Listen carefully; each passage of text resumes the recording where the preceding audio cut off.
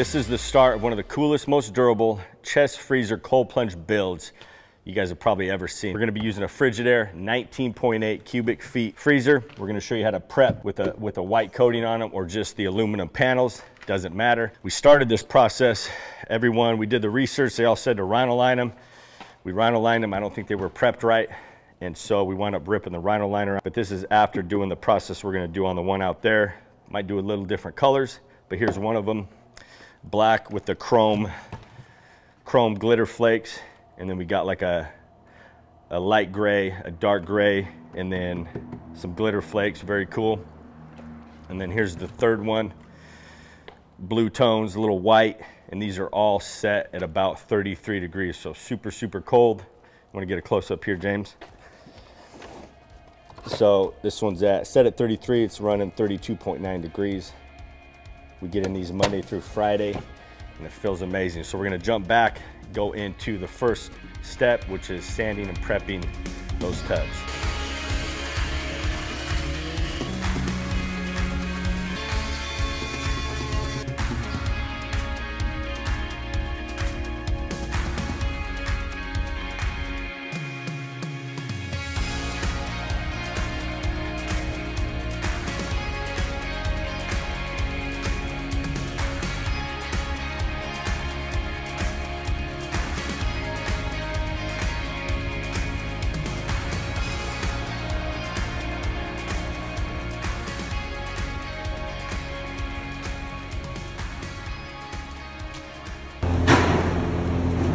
All the way in there, dude.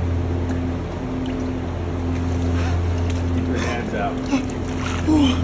Yeah. Put your elbows in there, just keep your hands out. Yeah, just breathe, man, you're fine. You're fine, dude. We have our patcher paste. We have jet black pigment. That's gonna pigment our patcher paste black. And then we have 3 quarts of sand right here. That's step 1. So we're gonna mix up the patcher paste. We're gonna add the pigment to get it black. We're gonna dump the sand in, right? That's gonna give us the build that we want on the edges. And then we're gonna throw our flake color immediately into it. Reason we're doing black pigment, because we have black in the flakes. So we always wanna pigment that first coat to a flake color that's in your flakes. That's step 1. Obviously we're doing multiple coats here, right? Because we wanna get a good build. We wanna get a durable coating on there, and then we obviously want to make it not rough, and so we need to do a few coats after the flakes and sand in between, but we'll go over all those steps next. So check it out. I'm going to show you the time we were building this plunge, and it was October 24th 2022. This was probably the day before we finished it, and then we go to today's date. We are at Thursday, November 21st 2024. So we're just over 2 years. We love to be transparent, show those dates, so when you guys do this process, you're gonna know that it's gonna last.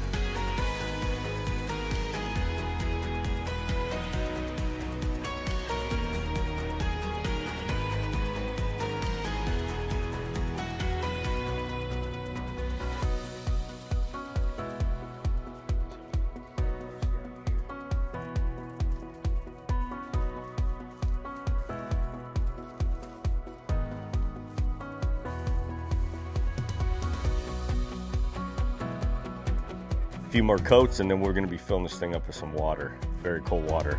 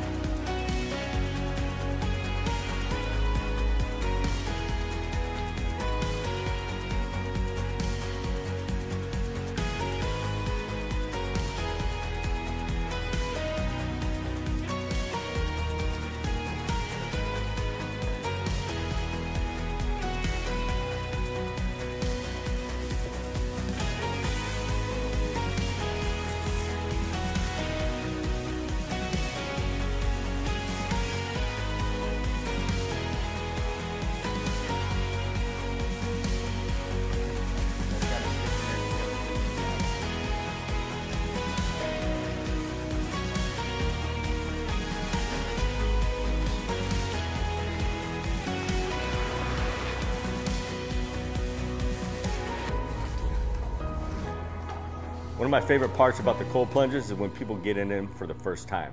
Let's check out some videos. Let's get it. Let's go. Just sit down, man. Yeah. Yeah. Get down to your shoulders. Yeah. This guy got it. Get in there. Timer started. Yeah. Sit down just like Tim. The guy didn't want to do it. Yeah. Get down. Oh, come on, man. Get in there. Let's go. Get in there. Yeah. Hey, the burn's gonna go away. Your body's gonna go numb. Yeah, free.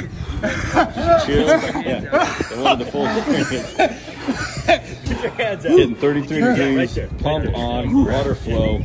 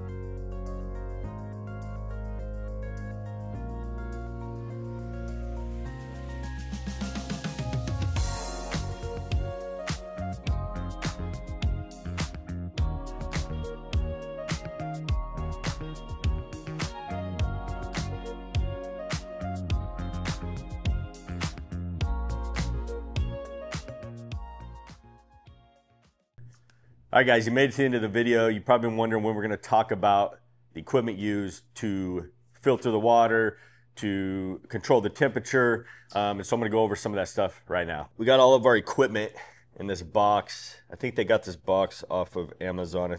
I believe it's just an outdoor cheap box, plastic box. You put it together. Looks cool. Holds everything there. A lot of ways you can hide the equipment. But just going over the stuff that we use to, keep the water clean, like I said, control the temperatures. So the pump that we've been using is a Marine Land 290 gallons per hour pump. It says for up to 97 gallon aquariums. This is probably a little bigger, more than 97 gallons, I would say. I mean, I'm not a scientist, but there's a lot of water in this one. It's a large freezer. 2 people can fit in this one. Works fine though. So this is the pump that we use. You can obviously get bigger pumps. Some guys use different things. A lot of ways you can build these out. But this is what we've used for years, and it's worked great. And then for the thermostat, to control the temperature, we use the Inkbird. Plug and play temperature controller. So this is how we control the temperature of the water. Works great. Has a little probe that goes down in there. And then you can set your temperature. So our temperature on this one is set at 33 degrees. It's at right now 34.2. So it will fluctuate.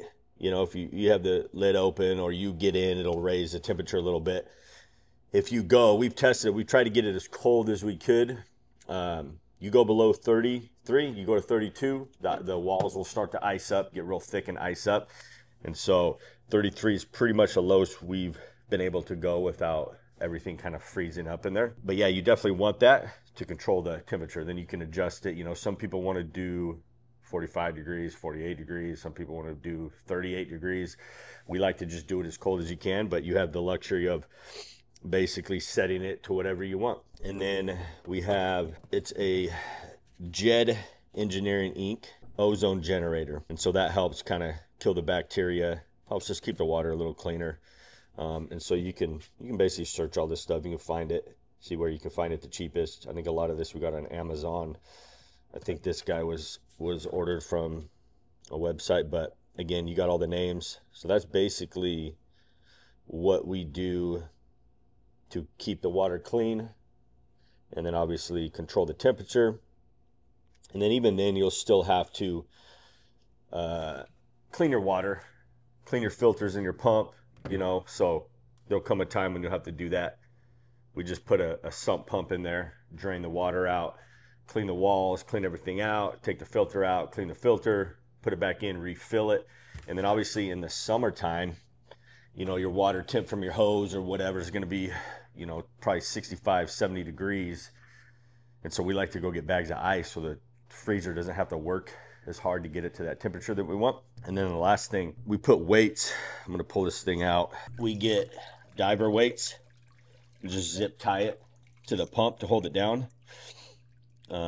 We've even talked about, you know, when you build these, you can build them however you want. You can make an attachment and basically epoxy it down into there that will just hold this pump in there. So there's a lot of options when you guys are building these out. I've even, you know, if I ever build another one or something like that, I even talked about making a seat out of foam and making it a little bit more comfortable when you get in. Even maybe not even a seat, but making it so there's a slope to one end. So when I do drain it, all the water goes to one end, because when I drain it now, it's all level in there. And then I gotta, takes a little bit to get all the water out if I want to do that. So a lot of options when you're building. Just build it however you want, and then you can coat right over that and you're gonna have that shape. Or maybe you want to have something you just set your pump into that's fixed in there. So a lot of options with that. But yeah, that's pretty much it. This thing will run, you know, use it every day. We probably get, I would say, a month and a half, 2 months before we need to clean the water, clean the pump out. And if you clean the pump every couple of weeks, just pull the pump out, clean the filter off, keep the pump clean, you're going to keep your water cleaner longer as well. But yeah, that's basically all you need. You need the pump, the thermostat to control the temp, the probe, and then the ozonator to help just kind of with the bacteria and stuff like that. But yes, pretty simple build for turning a freezer into a cold plunge.